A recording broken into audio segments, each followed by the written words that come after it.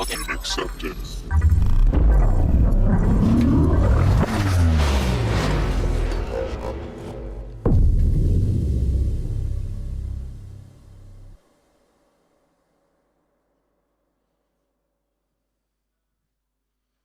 Okay, hi everyone. Welcome to my talk about a new UI library. We all love new libraries, but I promise this one is a little different. And I enjoyed working with it in the last year and a half. And it is less of a library, more of a way to build your own component library. And it has some really cool concepts. So in this talk, we're going to talk about how it approaches UI development and components. I'm going to dissect two components to show you how they are built. So you can not only use this library, but also learn how a good component library could look like. And because the world is not React, even though sometimes it looks like that, we're going to talk about options in other frameworks and how you can bring this way of building components to other frameworks. So my name is Karol, and in my day-to-day work, I build AI products. I do AI engineering. Last week, I talked in Warsaw about deploying LLMs in the cloud, but also I've been a web dev as long as I've been programming.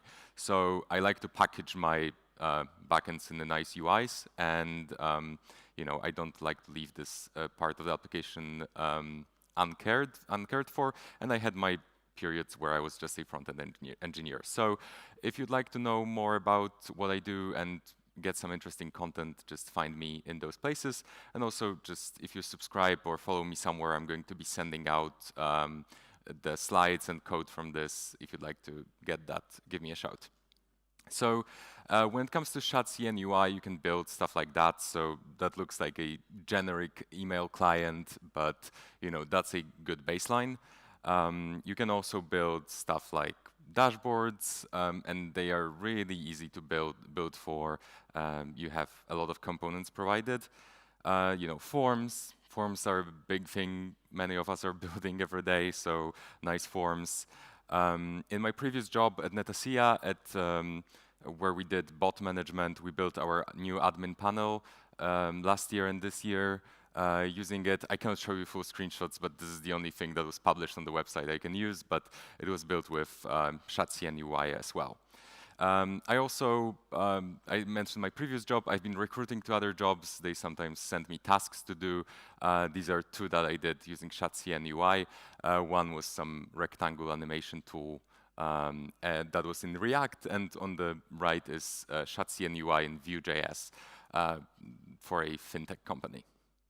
So, and I'm also using it not only at work, but in personal projects. So, this thing that airports already start to lift liquid limits in your carry-on baggage.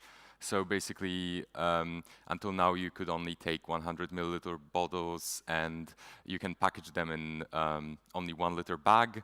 Slowly, airports are lifting that by installing CT scanners, and you can take up to 2 liters, and the volume doesn't matter. So big revolution, but only some airports supports it. So I built a website that gets this data, and you can search whether you can travel from airport A to airport B without worrying about this.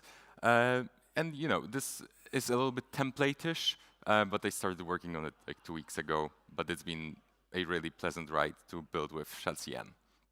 So what is the problem with libraries that creators of this one noticed is that the style is really mixed with functionality. So either you have to commit to a full design system, like Bootstrap and component library around it, or you need to override it. So, for example, you're using Bootstrap components for your application, and then you want a table component from somewhere else, and then you need to override styles, and also it becomes hard.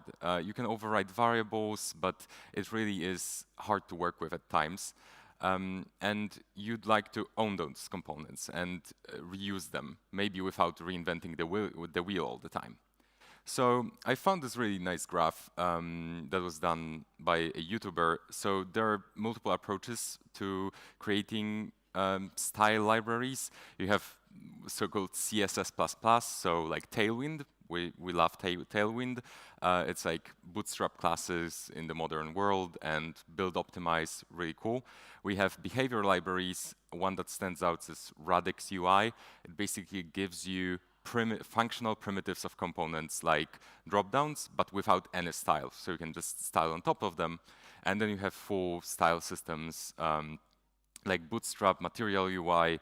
Oh, I hated all those Material UI libraries. They were always so heavy and hard to override. And then, there's some golden middle. We don't know what that is, but, people are searching. And I think this one gets much closer to it than anything else. So basically, shadcn UI, by the way, really weird name. And I tried to find the rationale between, but it's basically guy's username on GitHub and his UI library. So it basically is built on top of two things, Radix UI for behavior library, and I'm going to show you how that works, and Tailwind CSS to style it all. And it's really not a library, it's, you can simplify it to copy-paste CLI. The library started as a copy-paste components that you could take off website or GitHub, but now it's basically a CLI that you can basically add a component to your React project, and you end up with something like this. With a so this is a directory structure of the airport page that I mentioned to you. So basically, I've got a components folder, and in the components folder there is UI folder where all the components I've been using are sent to. So okay, you may ask like, oh, but that's not a library. What about updating? The thing is, you need to care only about updating the underlying stuff, like Radix for behavior and Tailwind, because the component code is usually very simple, and you can override it. And you can, of course, always replace it and update it. It's a bit of manual work, but you get the full control over what's going on in the library itself. And I would say one addition for what Radix UI gives you, for example, accessibility and behavior in different browsers, ways of viewing the web is given out of the box. So this part of the development is done. So even if you're not going to like shadcn, using Radix UI as a base of your component library is a really good idea.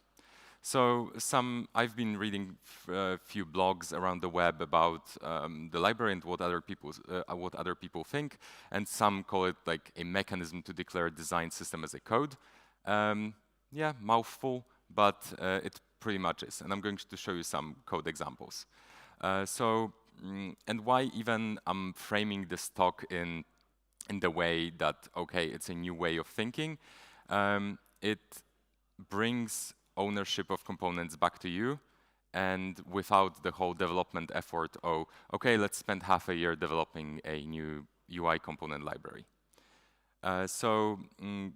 You are able to modify all of this stuff, and adding like a button variant to the library is really easy.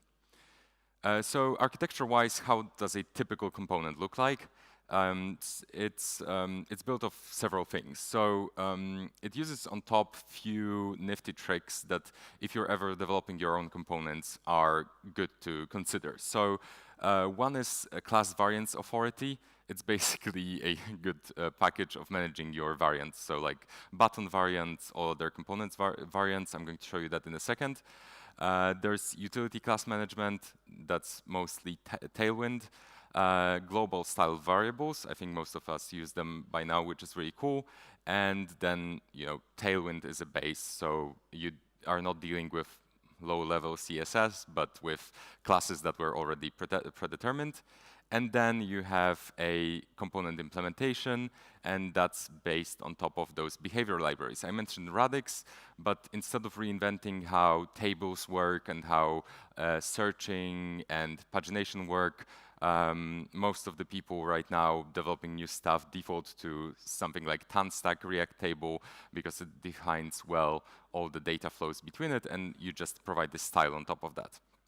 And so it's, I would say shadcn is a sort of opinionated good practices library for front-end right now, and there's not much controversy in how they do stuff in the community right now. When you look at the component implementation itself, so it's like a UI component on top of behavior library, as I mentioned before. So let's have a look at one of the components in the library, very simple badge. Badge is just a colorful colorful thing. You hover on it and it becomes a little bit lighter or darker. So when you look at this implementation, very simple, but the, I think, top thing you need to look at is defining variants.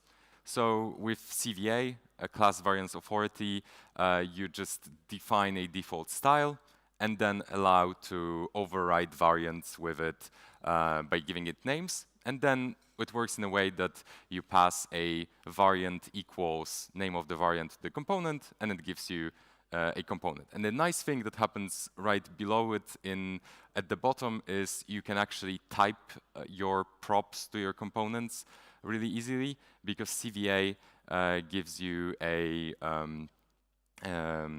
I think it cut off the one of the CVA types, but basically you can get types of all those variants, so you get autocomplete when you are using those components.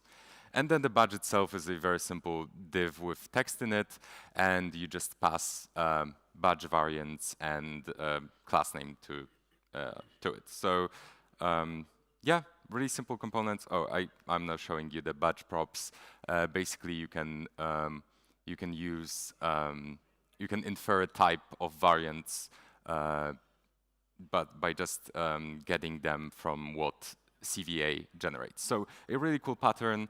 Even if I wasn't using shadcn for my project, this is a good way to create components. So that was the most simple one.